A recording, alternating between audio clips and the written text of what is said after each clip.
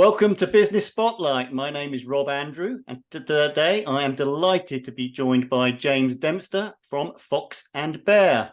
Good morning, James. Morning.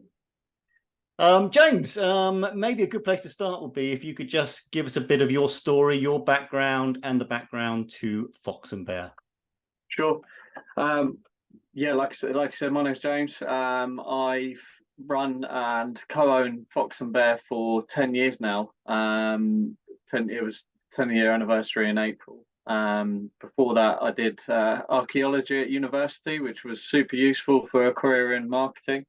But I didn't know what I wanted to go and do, so I thought I'd pick something I was interested in, and I've always had a passion in ancient history. And some of it I can come on to if there's time later, but some of it is actually semi-relevant, albeit I've really shoehorned it into the business. But there is some relevance which I can go through. After uni, I took a series of sales and marketing roles, including a lengthy stint at Carphone Warehouse, which was an amazing role straight from uni. Taught me a lot about managing people.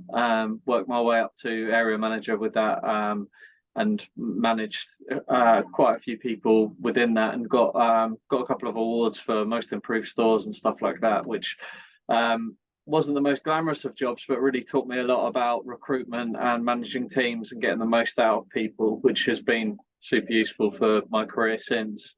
And then worked at I took quite a few different jobs. Worked at my last job before going solo was as commercial director for a private hospital in Hove. That was an amazing opportunity because when I started, the hospital hadn't been built yet. There was only 3 of us in the management team, and it really grew from just a logo and building through to a multi-million-pound turnover hospital.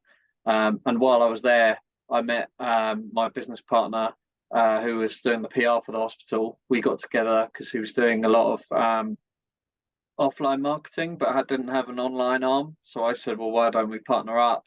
I'll do the online side, you do the offline side, and we'll keep the two running alongside for clients. And then we've evolved and grown, and purchased a couple of agencies over the way, and here we are now.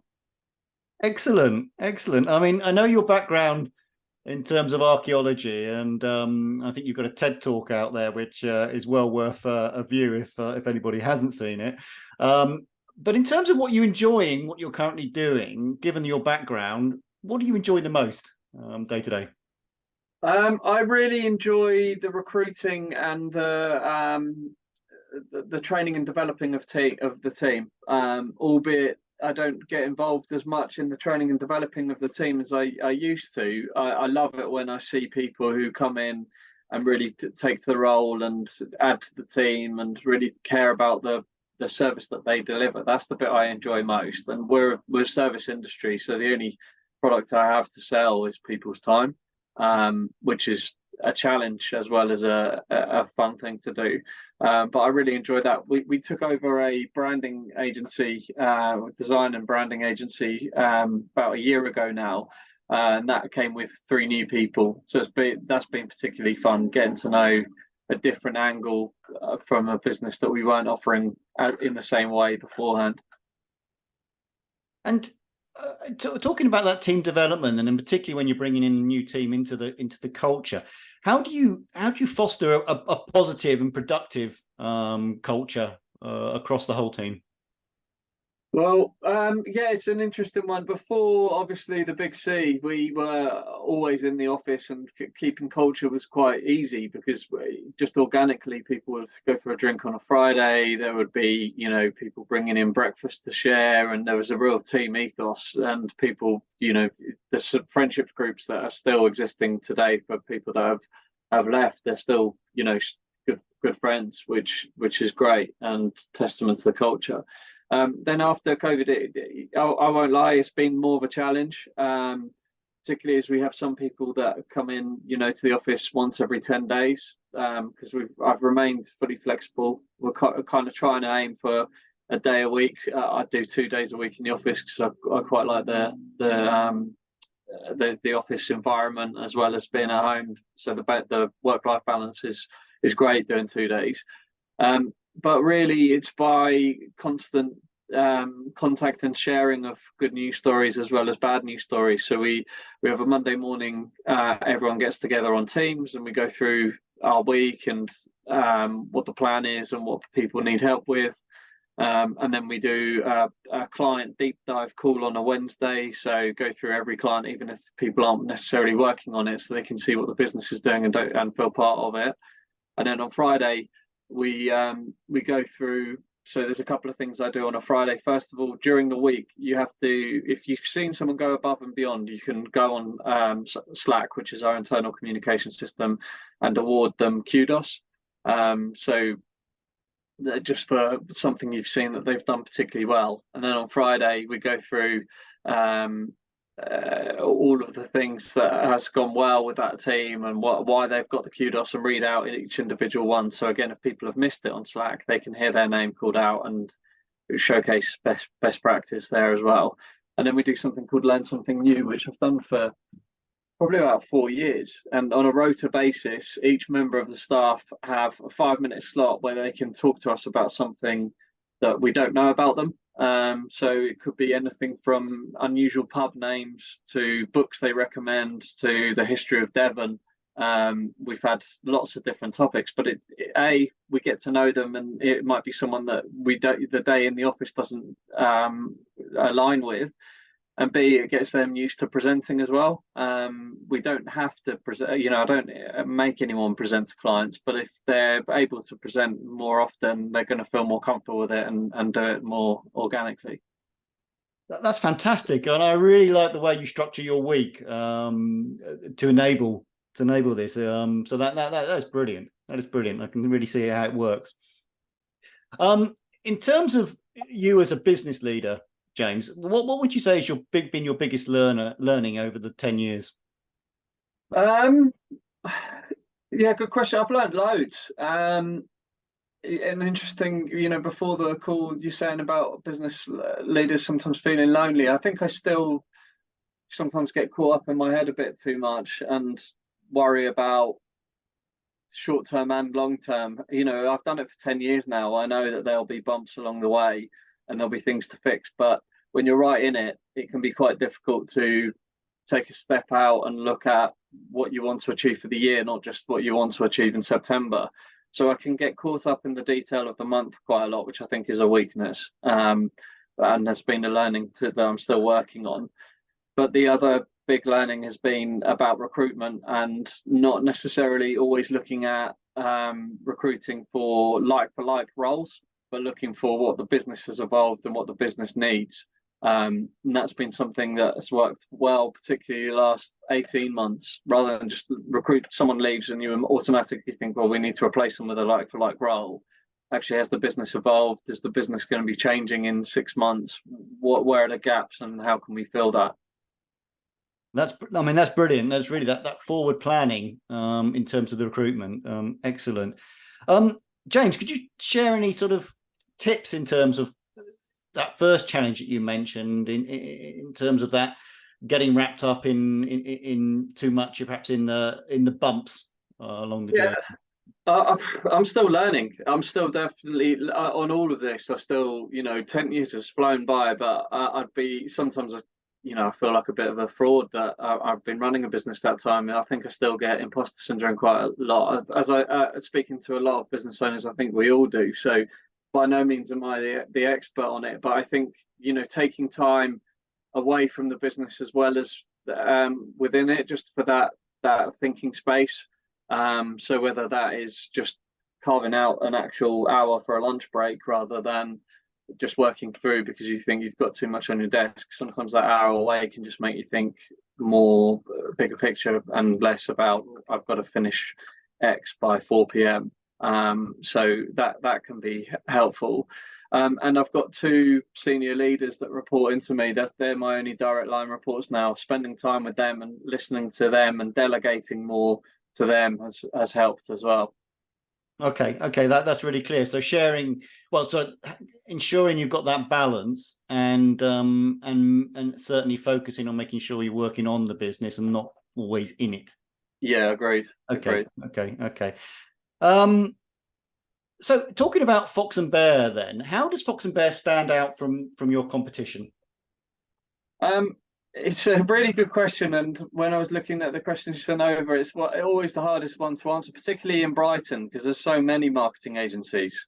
I think if I'd set up, somewhere else, it would be easier to kind of say. I think the bit that we do really well is nothing is outsourced; everything is done in house. So we we tend to, it means that we don't have to be wedded to one particular channel. We don't have to think, well, this client's problem is going to be solved by a Google advertising campaign.